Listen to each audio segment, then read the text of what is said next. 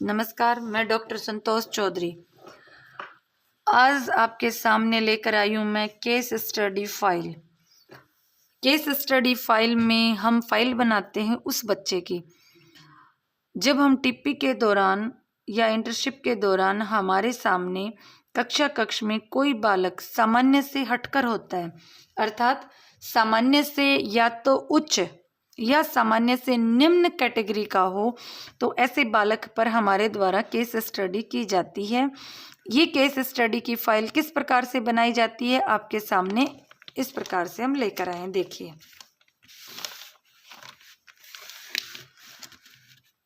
प्रथम पेज पर हम तैयार करेंगे विषय वस्तु यानी इंडेक्स। यहाँ हम विषय सूची तैयार करेंगे। इसके लिए हम एक बॉक्स तैयार करके एक तरफ हम लिखते हैं विषय सूची और दूसरी तरफ हम बनाते हैं उसके पेज नंबर। जिस प्रकार आपको दिखाई दे रहा है कि इस विषय सूची के अंदर हमने विषय वस्तु के 11 पॉइंट लिए हैं और उनके सामने उनके पेज लिखे हैं। अब आते हैं हम पेज नंबर 1 से शुरुआत करते हैं। पेज नंबर 1 में हमने इस फाइल का आमुख लिखा है। आमुख जिसे हम प्राक कथन भी कहते हैं, भूमिका कहते हैं, अर्थात इस पेज के अंदर हमने इस फाइल में बनाई गई संपूर्ण विषय वस्तु के बारे में सारांश के रूप में लिखा है तथा साथ ही साथ हमने उनका आभार व्यक्त किया है जिनके निर्देशन में हमारे द्वारा अपना यह सत्रीय कार्य संपूर्ण किया गया है। उन पुस्तकों का आभार किया है, हमारे गुरुजनों का, माता पिता, सहपाठियों का, सभी का आभार व्यक्त किया जाता है। यहाँ हमारा प्रश्न बनता है कि आमुख किसे कहा जाता है? आमुख जिसके अंदर सत्रीय कार्य की सारांश के रूप में एक भूमिका प्रस्तुत की जाती है उसे आमुख कहा जाता है। इसमें सत्रीय कार्य का निर्माण करने वाला आभार व्यक्त करता है। प्रत्येक पुस्तक के आगे भी उसका आमुख या प्राक कथन लिखा जाता है। इस प्रकार से ये हमारा पहला पेज।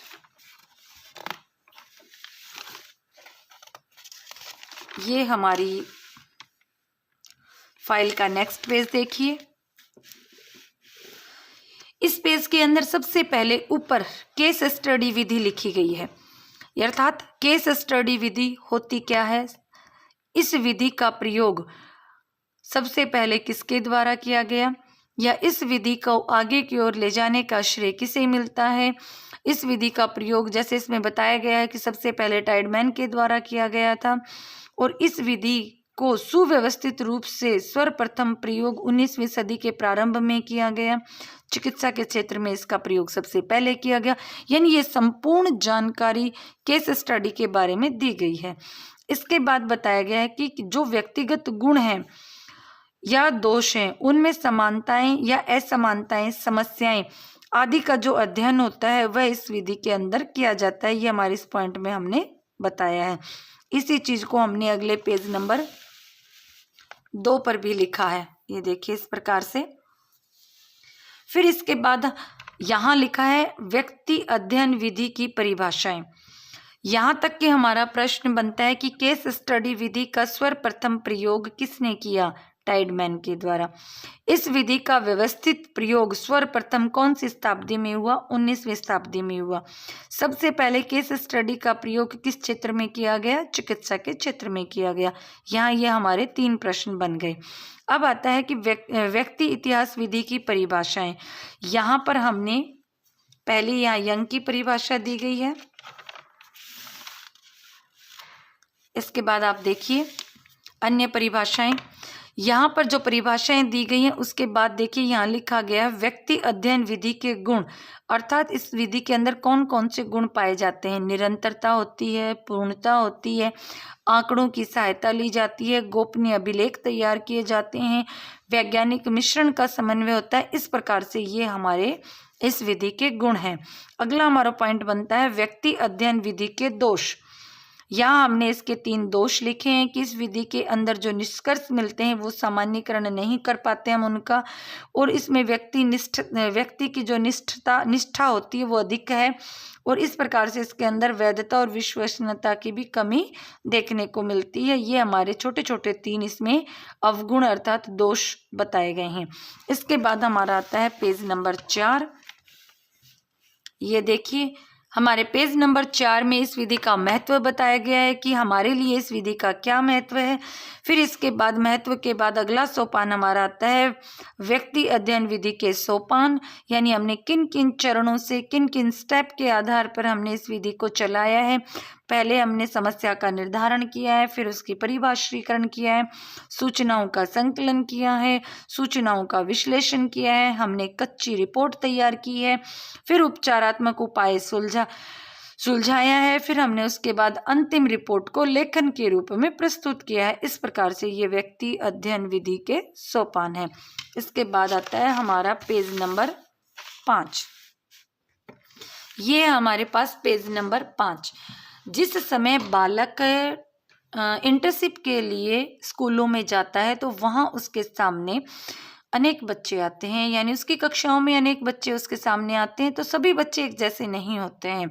सभी बालकों में व्यक्तिगत विभिन्नता पाई जाती है, और व्यक्तिगत विभिन्नता के दौरान आपको कोई बालक सामान्य से या तो उच्च या सामान्य से निम्न लगा तो ऐसे बालक पर आपके द्वारा केस स्टडी की जाती है, और उसी केस स्टडी से संबंधित यह फाइल तैयार की जाती है। यहाँ प्रत्येक विद्यार्थी के सामने एक प्रश्न बनता है कि आपने केस स्टडी किस बालक की, यानी उस बालक का नाम। आपके द्वारा केस स्टडी किस कक्षा के बालक पर की गई, तो वो कक्षा। अब हमने आप देख रहे हैं कि ये पेज नंबर 5 के अंदर आप देख रहे होंगे यहाँ पर बच्चे का नाम और उसका परिचय, यानी बच्चे का नाम क्या है, पिता का नाम, माता का नाम, कौन सी कक्षा का है, उसकी डेट ऑफ बर्थ क्या है, लड़का है या लड़की है, वजन कितना है, लंबाई कितनी है, किस विद्यालय में वो पढ़ता है, आदि हमने इस 5 नंबर पेज पर दिया है। इसके बाद देखिए पेज नंबर 6। इसके ऊपर उसके जन्म से संबंधित जानकारी दी गई है कि उसका स्वास्थ्य कैसा है, उसके ब्लड ग्रुप कौन सा है, माँ का स्वास्थ्य कैसा है, किस स्थान पर उसका जन्म हुआ है, परिवार के सदस्यों के बारे में पूछा गया है, परिवार के सदस्यों की शिक्षा के बारे में पूछा गया, और इस प्रकार से ये हमारा पेज नंबर 6 बालक के परिवार तथा जन्म संबंधी जानकारी से बना हुआ है। इसके बाद आता है पेज नंबर 7। पेज नंबर 7 में परिवार का व्यवसाय की जानकारी दी जाती है कि पिताजी क्या करते हैं, माता क्या करती है, दादा दादी क्या करते हैं, इस सब की उनकी मासिक आय कितनी है, उसके आस पड़ोस का माहौल कैसा है, उसके परिवार का वातावरण कैसा है, इन सब का वर्णन पेज नंबर 7 पे किया गया है। इसके बाद आता है पेज नंबर 8। पेज नंबर 8 के ऊपर वो जिस स्कूल में पढ़ता है उस स्कूल में उसकी जो कक्षा है उसकी कक्ष का वातावरण कैसा है, दूसरे बच्चों के प्रति उसका व्यवहार कैसा है, और दूसरे बच्चों का उसके प्रति व्यवहार कैसा है, आदि हमने इसमें पेज नंबर 8 के ऊपर बताया गया है।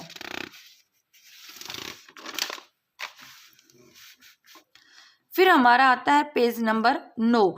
पेज नंबर 9 में उस बालक के सामाजिक समायोजन के बारे में बताया गया है कि जो वो बालक है वो सबके साथ मिलकर रहता है या नहीं रहता है, खेलना पसंद करता है या नहीं करता है, इस प्रकार की बातें उसके मानसिक समायोजन में बताई गई हैं।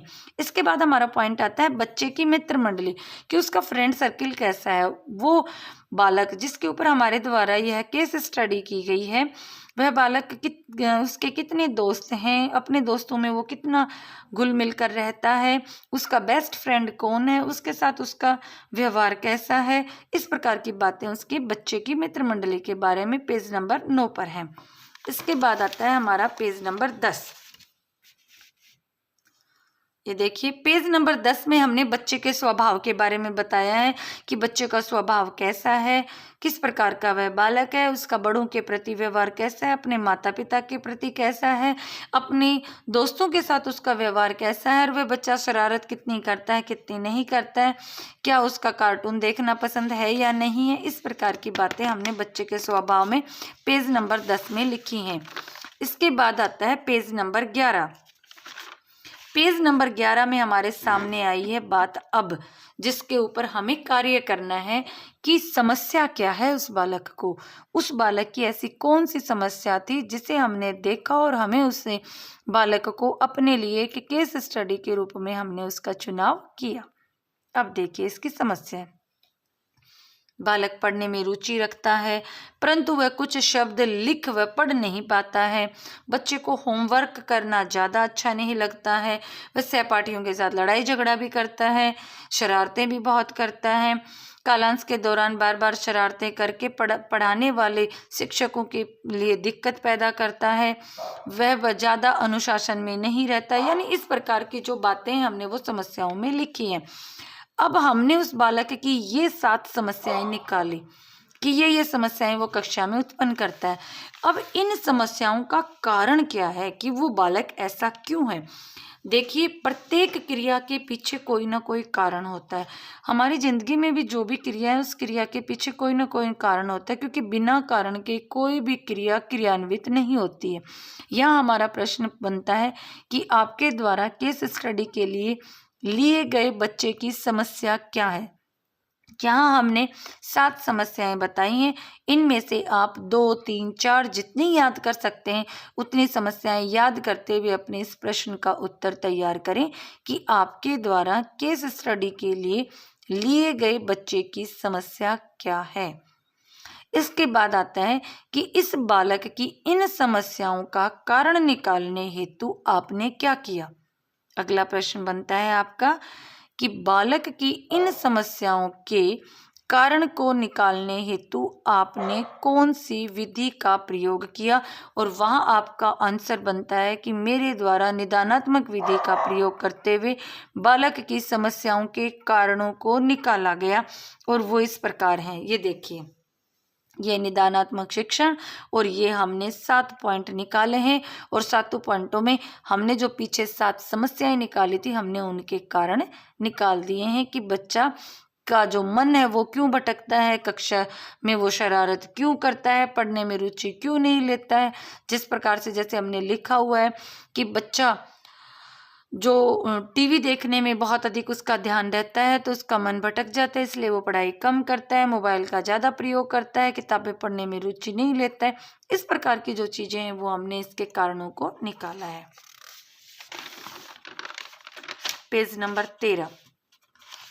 निदानात्मक शिक्षण के बाद हम प्रयोग करते हैं उपचारात्मक शिक्षण का। यानी निदानात्मक शिक्षण के बाद उपचारात्मक शिक्षण लगाया जाता है, जिसमें बालक की समस्याओं को हल करने का, उपचार करने का तरीका बताया जाता है। वापस बोल रही हूँ मैं, निदानात्मक शिक्षण से हम बालक की समस्याओं के कारण निकालते हैं। उपचारात्मक शिक्षण से हम बालक की उन समस्याओं का समाधान करते हैं। प्रश्न आपका बनता है, उपचारात्मक शिक्षण बालक के लिए क्यों उपयोगी है। बालक की समस्याओं को हल करने हेतु उपचारात्मक शिक्षण का प्रयोग किया जाता है। पीछे जो हमने 7 कारण निकाले थे, 7 कारणों के हमने 7 निदानात्मक शिक्षण से जो कारण निकाले उनका उपचार यहाँ आपके सामने लिखा हुआ है उपचारात्मक शिक्षण के दौरान। हो गया। अब आता है पेज नंबर 15। पेज नंबर 15 पे हमने लिखा है निष्कर्ष, और निष्कर्ष में हमने अभिभावकों को, शिक्षकों को, उस बालक को और बालक के मित्र मंडली को एक सुझाव देते हुए अपना निष्कर्ष तैयार किया है कि बालक को यदि पढ़ने के लिए प्रेरित करना है, बालक की समस्याओं का निराकरण करना है, तो हमें समय समय पर इन बातों पर विशेष ध्यान देना चाहिए। और इस प्रकार से हमने अपना निष्कर्ष इसके अंदर प्रस्तुत किया, और ये हमारा पेज नंबर 14। और इस प्रकार से लास्ट में इस फाइल का ये अंतिम निष्कर्ष करते हुए ये फाइल हमारी खत्म हुई। निष्कर्ष के रूप में हमने 9 पॉइंट डाले हैं जो पेज नंबर 14 और 15 पर थे, और इस प्रकार से ये हमारी केस स्टडी यानी व्यक्ति इतिहास विधि की यह फाइल पूर्ण होती है।